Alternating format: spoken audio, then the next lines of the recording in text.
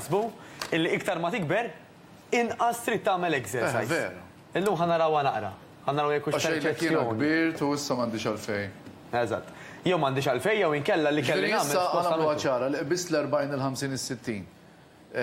Bil-forsi ma jkollix l-istess figura ta' minn u iżgħar, ovvja. Iva. Bla dubju ta' xejn. Jiġifieri inti speċjalment in-nisa illi għaddu minn ċertu bidliet anka wara l-menopawsa, jgħaddu anka minn bidliet meta huma jkollhom it-tfal għal-mod tal-kelma tajjeb.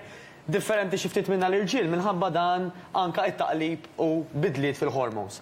Però huwa irrelevanti illi tajt isma' inti ma tistax tagħmel eżerċizzju għax biss l-40, il-50 jew is-60. Anzi, u nixtieq nibda bdi u ħanalaq biha wkoll, iktar ma tikber, iktar għandek bżonn tagħmel eżerċizzju. Imissa ħanaraw għalfejn dal-waqt ukoll ħajkunu qed jgħinuna Permess ta' xi ftit slides. l-istampi. Nibdew. Emmi, mela, ara, hemmhekk qed naraw persuna illi żgur qabżithom it-30 Alfred ħanajdu hekk. Għax illum diffiċli taqta' dak li jkun kemm għandu żmien bej bil-makeup, bej bil-botox u ħafna affarijiet. U sfortunatament, tajjeb, fl-industrija tagħna ħafna mir-reklami u ħafna mill-propaganda issir fuq nies li għadhom żgħar fl-età.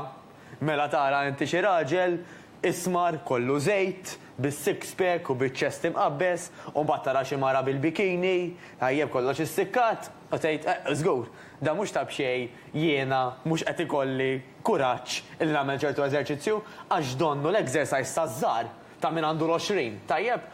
U allura nista' nifhem illi dawk in-nies li forsi anke qed jismawna jgħidu isma' ħej, dal-exercise mhux għalija li jgħod, imma għal min għadu tieqla bil-mod. Però jekk nibdew minn ċuċati żgħar Alfred, minn sempliċiment l-irqat. Issa min jgħid l-irqat ċuċata, għajt li kemm indum biex norqod jew kemm imbagħti biex nerġa' nqum filgħodu. Huwa approvat bl-iktar mod ċar illi iktar ma nikbru m'għandniex bżonn norqdu daqskemm kellna bżonn norqdu meta konna żgħar, imma fl-istess ħin meta nikbru normalment insibu iktar diffikultà biex norqdu. Allura, fost il-benefiċċji kbar tal-exercise, huwa li ħajjejnek torqod ħafna ħjar. Waħda. Iktar ma nikbru Alfred, iktar inżidu id-dipendenza fuq ċertu pilloli, fuq ċertu mediċini. Però studji sabu bl-iktar mod ċar illi inti ħatejn tikkontrolla id-diabete, il-kolesterol, il-pressjoni u ħafna kundizzjonijiet illi anka jolqtu speċjalment etajiet ikbar. Hemm dak li jgħidulu l-Alzheimer's ukoll, illi hija sfortunatament qed tiżdied xi ftit jew wisq. Dawn huma kollha issues, nista' nsemmi anke qed niftakar issa id-dimensja, illi permezz tal-exercise huwa approvat kemm inti ħattejjeb il-ġlida tiegħek kontra tagħhom. Dik importanti wkoll. Ma nafx għandek xi mistoqsijiet oħrajn illi jfakkruni naqra iktar. M'hemmx iktar riskju ta' injury meta wieħed jikber. Perfett. Ġifieri meta tikber jinnaf l-adam jiddajjef u hekk. Xi titgħamel? Mistoqsija mill-aqwa. Mela, dan mhux qed nitkellmu illi ideali illi meta naqbżu ċertu eta aħna imor nilagħbu r-rugby, jew nilagħbu l-futbol fejn kulħadd jaħbad kontra kulħadd, għax hemmhekk iva iktar ma tikber, iktar hemm ċans li inti tweġġa' u iktar ħajdum biex jgħaddilek. Imma aħna qed nitkellmu fuq exercise illi inti m'intix qed tagħmel kuntatt ma' ħadd ieħor, tajjeb? Dak min-naħa l-oħra jkunu jtisibu Alfred illi dak ħajsaħħaħlek l-għadam, ħajsaħħaħlek il-ġogi, ħajnaqqaslek iċ-ċans li anke inti timrad b'dawn l-irjaħat influenzi li kollha madwarna. Ġifieri l-exercise, mhux qed nitkellmu fuq sport per se, però l-exercise hemmhekk qed naraw dik is-sinjura eżempju tagħmel ċertu stretching. Dak l-stretching ħajjejnek biex meta inti qiegħda tikber, tibqa' flessibbli. Mela mhux pereżempju tipprova ġib xi ħaġa mill-kabort u jdejk laqqas qed ittik tħossok imwaħħal, jew tipprova togħla minn saqajk u letteralment tajjeb inti qiegħda imwaħħla mal-artax ma tistax tiġġebbed. Jiġifieri importanti wkoll il-famuż stretching. L-stretching importanti wkoll li jkun ħafna. Li jkun fi kwalunkwe exercise. Tajjeb, jiġifieri dik importanti wkoll. Issa, donnu għandek riħ Alfred.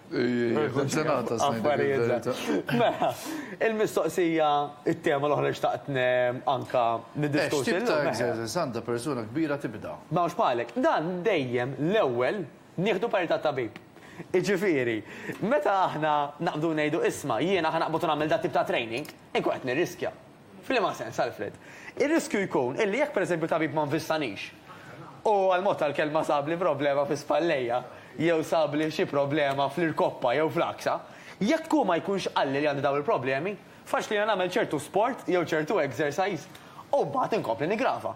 Allura l-ewwel pass huwa dejjem check-up sura ta' nies għand it-tabib. Dak l-ewwel qabel kollox. U għalfejn qed ngħid hekk. Għal min għal-mod tal-kelma għandu problemi biex jieħu n-nifs. Hemm eżerċizzi bħal pereżempju il-yoga, illi mhux qed jinvolvilek illi inti tagħmel ħafna exercise b'saħħtu. Għal min għal-mod tal-kelma ma jistax jagħmel exercises fuq l-art, hemm l-ilma, hemm il-pool. Għal min qiegħed wheelchair, jista' wkoll jagħmel exercises minn bil-qiegħda. Ġifieri għal grazzja tal-ħanin Alla, l-exercise kważi kważi ikopri lil kulħadd. Rari ħafna huma dawk il-ftit kundizzjonijiet Alfred illi minħabba fihom ma tista' tagħmel l-ebda tip ta' exercise. Mela nevitaw l-iskużi u ħanappella xi ħaġa oħra smajtek titkellem anka ma' Dr. Abela ftit tal-ħinilu.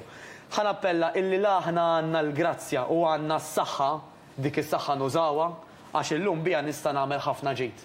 Meta l-qudiem nitlifa inkun naf. Mela min kejn naqbis l-40, il-50 u 60 immur nagħmel l-exercise u nagħmlu regolari. U idealment ħanappella hekk Alfred li nagħmluh f'sens ta' grupp, nagħmluh f'sens ta' għaqda, f'post li jista' jkun kien hemm coach u ġieli anke tnejn. Illi mhux biss qed jurik x'l-aħjar li tagħmel, imma kif tagħmlu ħalli anke hu ikompli jgwidak fi triq tajba. Flimkien ma' support ta' dawk in-nies li inti qed tiltaqa' magħhom. Jistgħu jkunu nies ikbar minnek, iżgħar minnek, kemm fid-daqs, kemm fl-età u f'kollox.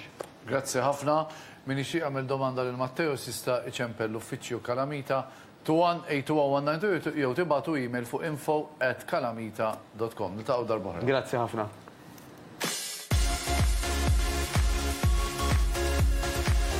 Meta tixtri mit-telebeħ ta' Kalamita għandek 14-il ġurnata biex taħsibha.